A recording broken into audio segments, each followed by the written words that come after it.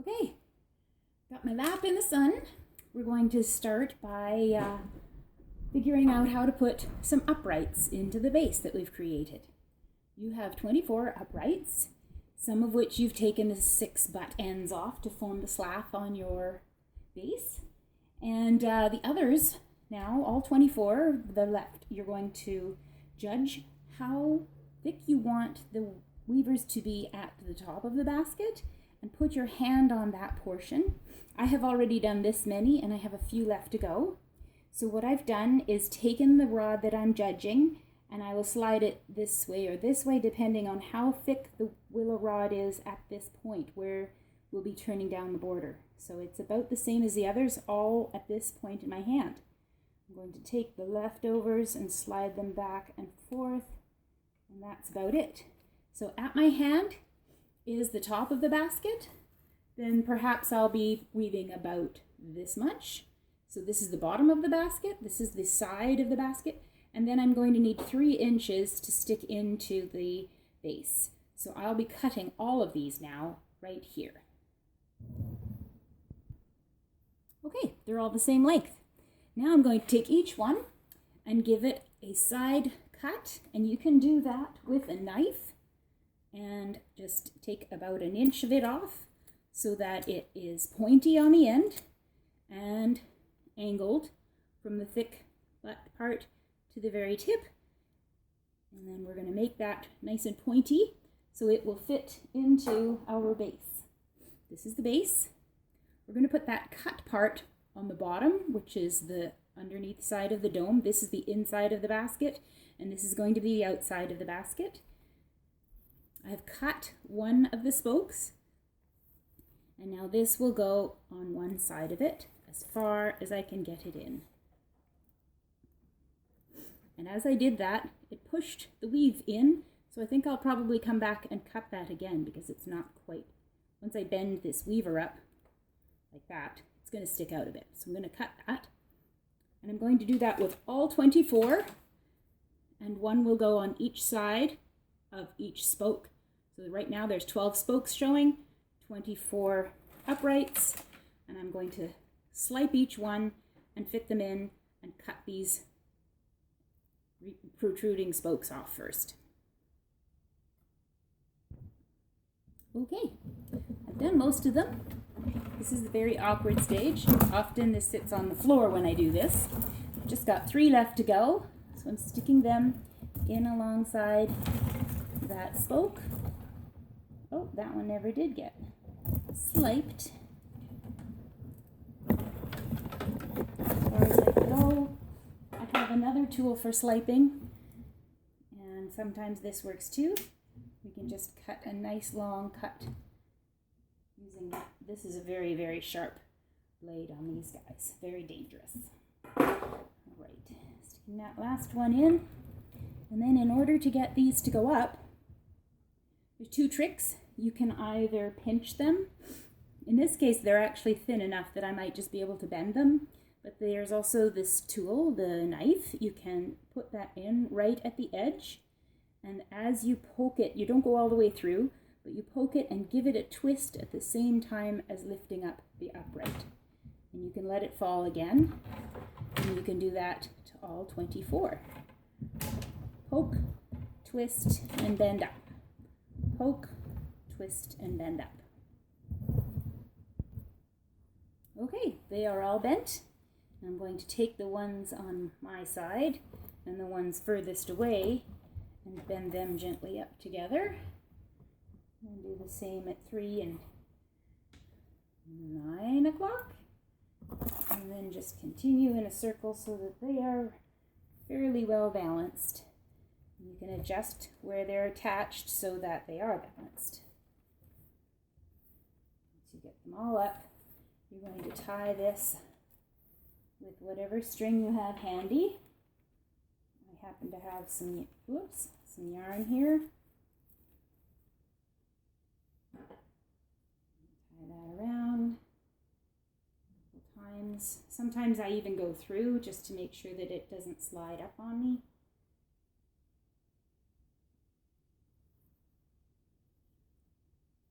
Do a bow so I can do it later, undo it later.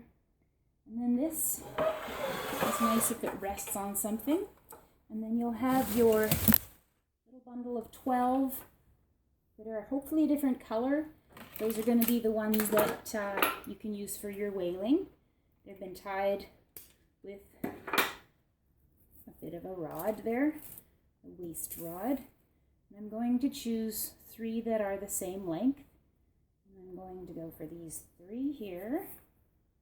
The others are going to go under my bum, just in case I need them. And then I'm going to snip the ends off, probably about 8 inches. And I have 3 tips that I'm going to start with. And they're going to go on the left-hand side of these uprights where they come out. And they're going to go right in there. If you need to make room, you can use that screwdriver you had, or if you have an awl, you can make room with an awl. And I can stick that in.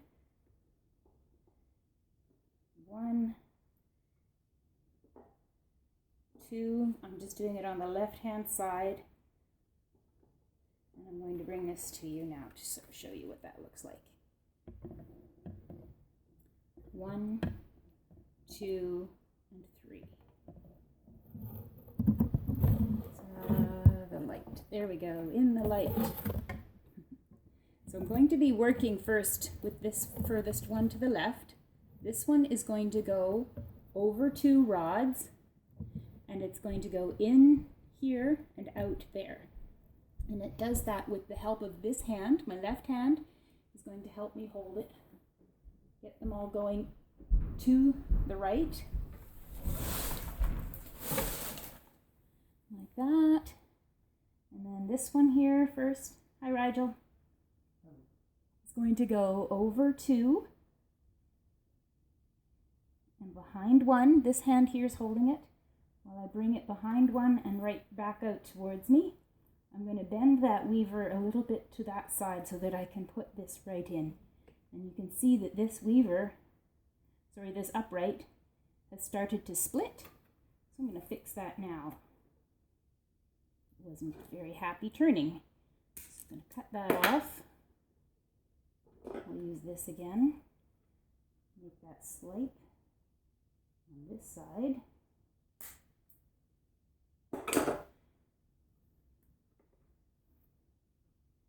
All the way out, stick it so that the slipe is towards me. Fingernail this time and be gentle. Yeah, this time the bark bent instead of cracking. That's good. You can often fix problems like that. Stick that one back up. Join his buddies up there. Okay, so now back to square one where I'm weaving with the leftmost of the 3.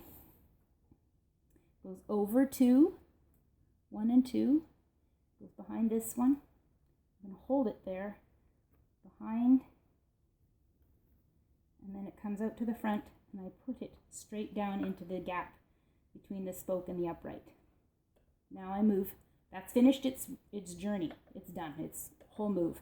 Now I do the same thing with the one furthest to the left. It goes outside of 2. It goes in and out, and it's done its journey. Now I have 3. I will always have 3, and I will always start with the one on the furthest to the left. It will go outside of 2, 1, 2. It will go in here and out there. And you'll notice that every time it starts its journey, it's going in where the last one came out. That's a hint to tell you you've done it right. Bring it in, move your upright over a little. The purpose of the wale is to get all of these as evenly as possible. Right now, they are 2 together and then apart, 2 together, 2 apart. But after the wale, they will be more even. Again, starting with the one furthest to the left, goes outside of 2, in where the last one came out, and then out again. Last one, furthest to the left, and continue. do this until they run out, and then we will do butt join like we did with the pairing, only now we have 3 to join, still in sequence. Furthest to the left, outside of 2. The other purpose of the wale is to cover the spoke ends. It's not always easy.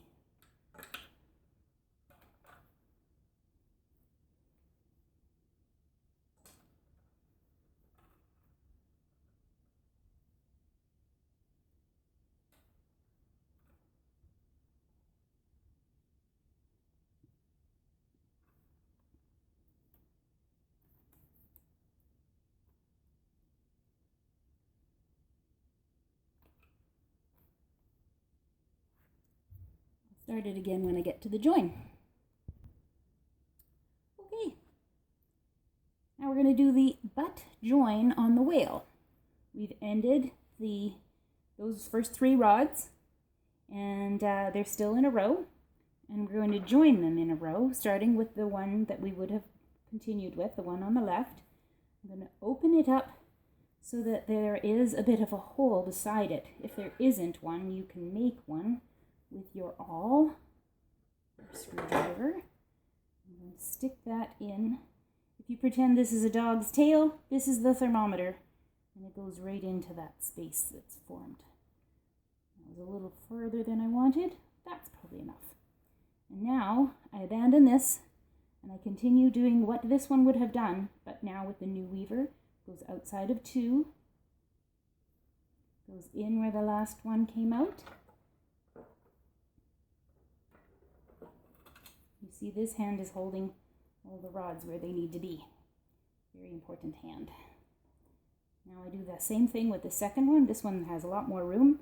Lift the dog's tail, insert the thermometer, and it continues where this one would have gone, which is over 2, in where the last one came out, and back out again. And then the last one. Open it up, find that space to fit your new rod in, or make the space.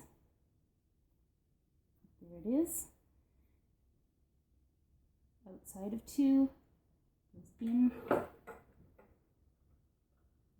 Table on the wrong side, and out. And now I continue with these 3 rods. The one on the left first. Outside of these 2 uprights, and now I'm joining. I've met up with where I originated with the first set of rods, and now I'm going up above them.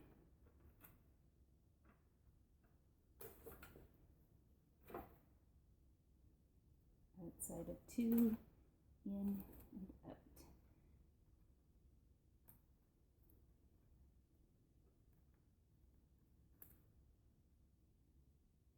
The other thing you can do at this point is decide what your shape of your basket is by pulling these spokes out. Or if you want your basket to be straight-sided, you leave them there. If you want it to go in, you push them in. I'm going to weave these to the tips and then start a new video. See ya!